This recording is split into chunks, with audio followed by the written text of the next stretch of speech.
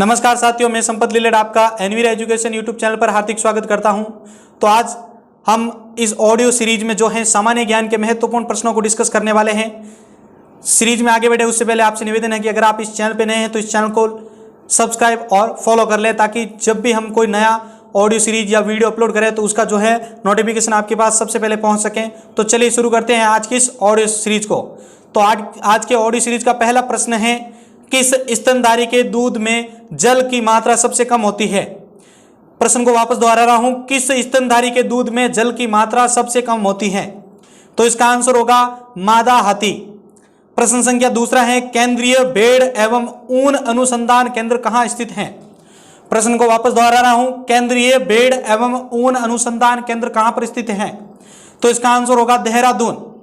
प्रश्न संख्या तीसरे पे चलते हैं, मनुष्य के शरीर में एंट अमीबा हिस्टोलिटिका कहां पाया जाता है? मनुष्य के शरीर में एंट अमीबा हिस्टोलिटिका कहां पाया जाता है? तो इसका आंसर होगा आपके आंत में। प्रश्न संख्या 4 है, किस देश को लैंड ऑफ कोऑपरेटिव के रूप में जाना जाता है? किस देश को लैंड ऑफ कोऑपरेटिव के रूप में जाना जाता है? तो इसका आंसर होगा आपके डेनमार्क को। प्रश्न संख्या 5 है, सर्वप्रथम खोजा गया क्षुद्र ग्रह कौन सा है? प्रश्न संख्या 5 है, सर्वप्रथम खोजा गया क्षुद्र ग्रह कौन सा है? तो इसका आंसर होगा आपके सीरस। प्रश्न संख्या 6 है, भारत का अंटार्कटिका में तीसरा अनुसंधान केंद्र कौन सा है? भारत का अंटार्कटिका में तीसरा अनुसंधान केंद्र कौन सा है? तो इसका आंसर होगा आपके भारती। प्रश्न संख्या 7 पे चलते हैं, भारती का कार्यकाल कितने वर्ष निर्धारित किया गया है? प्रश्न को वापस दोहरा रहा हूं, भारती का कार्यकाल कितने वर्ष निर्धारित किया गया है? तो इसका आंसर होगा आपके 25 वर्ष का। प्रश्न संख्या 8 है, राष्ट्रीय जनसंख्या आयोग का गठन कब किया गया? प्रश्न संख्या 8 है, राष्ट्रीय जनसंख्या आयोग का गठन कब किया गया? तो इसका आंसर होगा आपके 11 मई 2000 को। प्रश्न संख्या 9 है, किसने सती प्रथा पर रोक लॉर्ड विलियम बेंटिंक की सहायता से लगवाई? प्रश्न को वापस दोहरा रहा हूं, किसने सती प्रथा पर रोक लॉर्ड विलियम बेंटिक की सहायता से लगवाई? तो इसका आंसर होगा आपके राजा राम मोहन राय ने। प्रश्न संख्या 10 है, कंबोडिया का शोक किसे कहा जाता है? प्रश्न संख्या 10 को वापस दोहरा रहा हूं, कंबोडिया का शोक किसे कहा जाता है? तो इसका आंसर होगा आपके मिकांग नदी को जो है कंबोडिया का शोक कहा जाता है। प्रश्न संख्या 11 है, नींबू का कैंकर रोग किस जीवाणु के कारण होता है? प्रश्न को वापस दोहरा रहा हूं, नींबू का कैंकर रोग किस जीवाणु के कारण होता है? तो इसका आंसर होगा आपके ज़ैंथोमोनास सिट्री के कारण। आंसर वापस दोहरा रहा हूं, ज़ैंथोमोनास सिट्री के कारण जो है नींबू का कैंकर रोग होता है। प्रश्न संख्या 12 है आपके, राष्ट्रपति पद हेतु निर्वाचन के लिए न्यूनतम उम्र सीमा क्या है? राष्ट्रपति पद हेतु निर्वाचन के लिए न्यूनतम उम्र सीमा क्या है? तो राष्ट्रपति पद हेतु निर्वाचन के लिए न्यूनतम उम्र सीमा 35 वर्ष रखी गई है। प्रश्न संख्या 13 है, किसके अनुसार ऊष्मा का पूर्णतया कार्य में परिवर्तन असंभव है? किसके अनुसार ऊष्मा का पूर्णतया कार्य में परिवर्तन असंभव है? तो इसका आंसर होगा आपके केल्विन के कारण। प्रश्न संख्या 14 है आपके, कौन तत्वोधिनी सभा के संस्थापक थे? तो तत्वोधिनी सभा के संस्थापक देवेंद्रनाथ टैगोर थे। प्रश्न संख्या 15 पे चलते हैं, पूर्व का मैनचेस्टर किसे कहा जाता है? तो पूर्व का मैनचेस्टर ओसाका, जो कि जापान में आया हुआ है, उसे कहा जाता है। ओसाका को आपके पूर्व का मैनचेस्टर कहा जाता है। प्रश्न संख्या 16 पे चलते हैं, ब्लैक होल सिद्धांत किसके द्वारा दिया गया है? तो ब्लैक होल सिद्धांत आपके एस चंद्रशेखर द्वारा दिया गया है। प्रश्न संख्या 17 है, जर्मनी के आर्थिक राष्ट्रवाद का पिता किसे कहा जाता है? तो जर्मनी के आर्थिक राष्ट्रवाद का पिता फ्रेडरिक लिस्ट को कहा जाता है।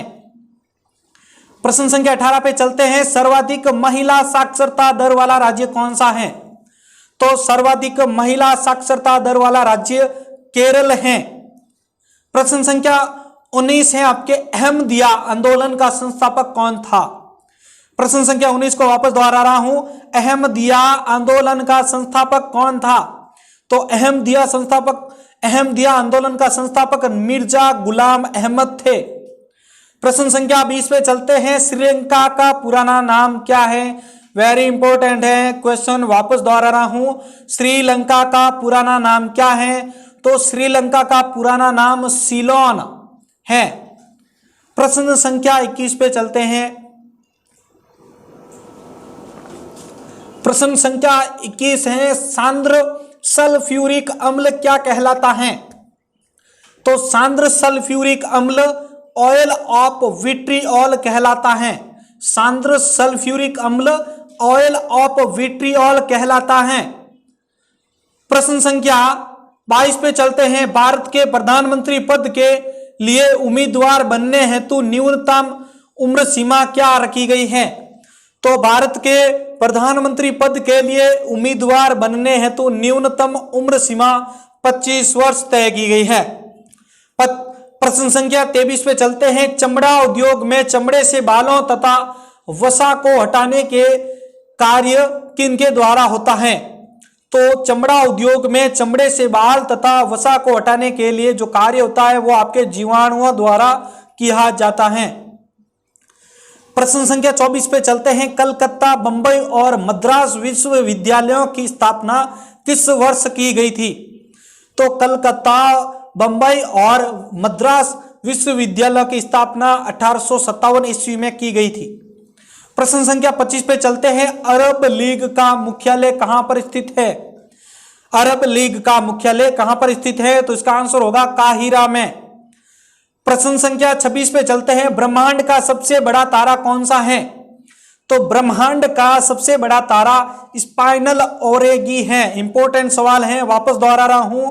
ब्रह्मांड का सबसे बड़ा तारा कौन सा है? तो ब्रह्मांड का सबसे बड़ा तारा स्पाइनल ओरेगी है। प्रश्न संख्या 27 पे चलते हैं। अनवरत योजना का विचार सर्वप्रथम किसने दिया था? तो अनवरत योजना का विचार सर्वप्रथम रेगनर फ्रिस ने दिया था।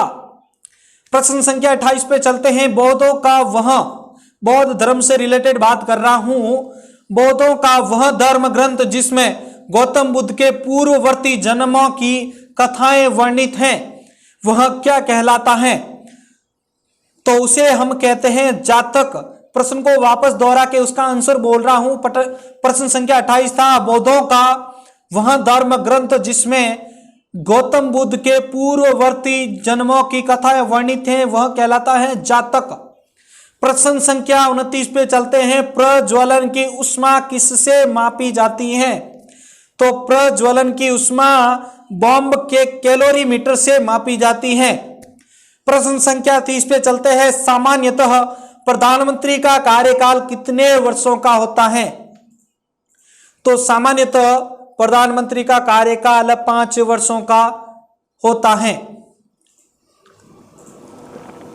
अब प्रश्न संख्या 31 पे चलते हैं। उससे पहले आपसे एक निवेदन है कि अगर आप इस चैनल पे नए विजिट कर रहे हैं तो इस चैनल को सब्सक्राइब और फॉलो कर लें ताकि हमारी नेक्स्ट ऑडियो सीरीज जो है आपके पास जल्द से जल्द पहुंच सके।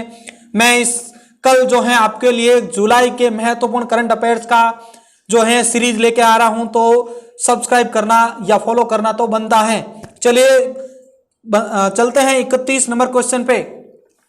31 क्वेश्चन है आपके। किस कार्बनिक यौगिक को क्लोरोफॉर्म से अच्छा निश्चेतक माना जाता है? तो डाइथाइल ईथर एक पदार्थ होता है आपके, डाइथाइल ईथर जो होता है उसको क्लोरोफॉर्म से अच्छा निश्चेतक माना जाता है। प्रश्न संख्या 32 है। रुमीन देई स्तंभ लेख बुद्ध के संदर्भ में किसका सूचक है? तो रुमीन देई स्तंभ लेख बुद्ध के जन्म का सूचक माना जाता है।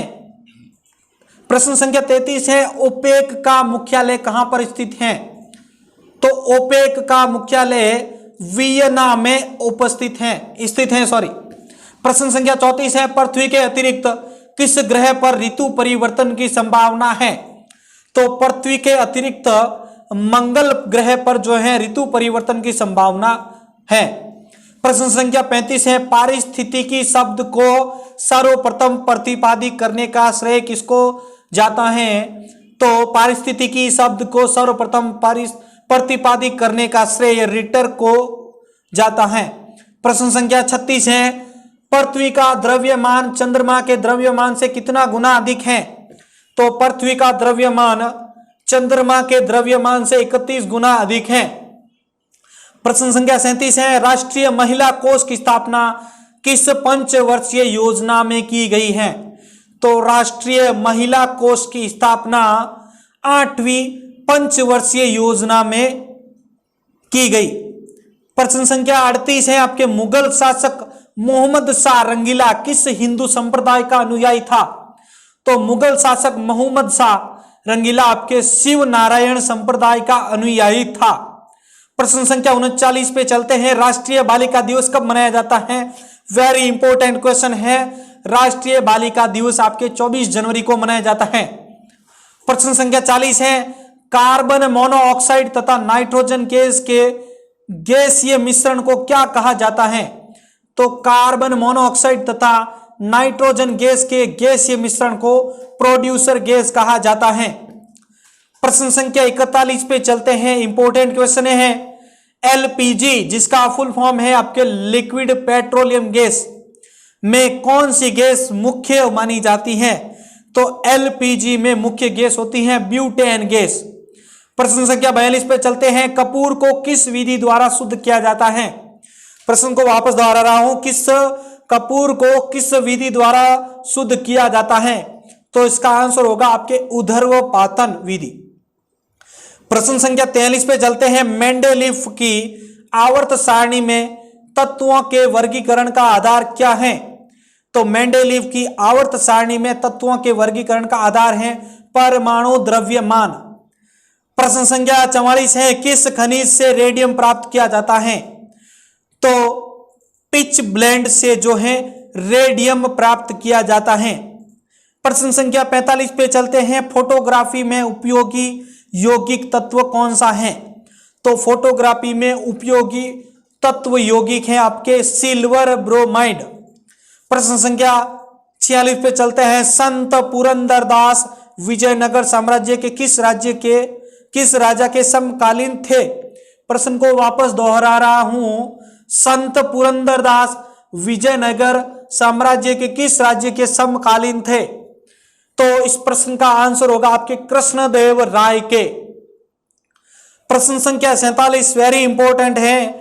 प्रश्न को बोल रहा हूं, थल सेना दिवस भारत जो होता है भारत का, वह कब मनाया जाता है? तो भारत का थल सेना दिवस 15 जनवरी को मनाया जाता है, याद रखना है आपको। प्रश्न संख्या 48 पे चलते हैं, थर्मस किस नियम पर कार्य करता है? तो थर्मस जो होता है आपके किरचॉफ के नियम पर कार्य करता है। प्रश्न संख्या 49 पे चलते हैं, भारत के प्रथम गैर कांग्रेसी प्रधानमंत्री कौन थे? तो भारत के प्रथम गैर कांग्रेसी प्रधानमंत्री मोरारजी देसाई थे। प्रश्न संख्या 50 लास्ट क्वेश्चन है, इंपॉर्टेंट भी है, क्लोरोफॉर्म की खोज किसने की थी? तो क्लोरोफॉर्म की खोज लिबिग ने की थी। तो इस प्रकार हमें जो है आज के ऑडियो सीरीज के कुल 50 क्वेश्चन को जो है डिस्कस किया है। अगर ये ऑडियो सीरीज आपको अच्छी लगी है तो इस चैनल को सब्सक्राइब और फॉलो जरूर करें, ताकि मैं जो नेक्स्ट ऑडियो सीरीज लेके आ रहा हूं उसका आपके नोटिफिकेशन आपके पास जल्द से जल्द पहुंच जाए। मैं संपत आपसे अलविदा लेता हूं। धन्यवाद।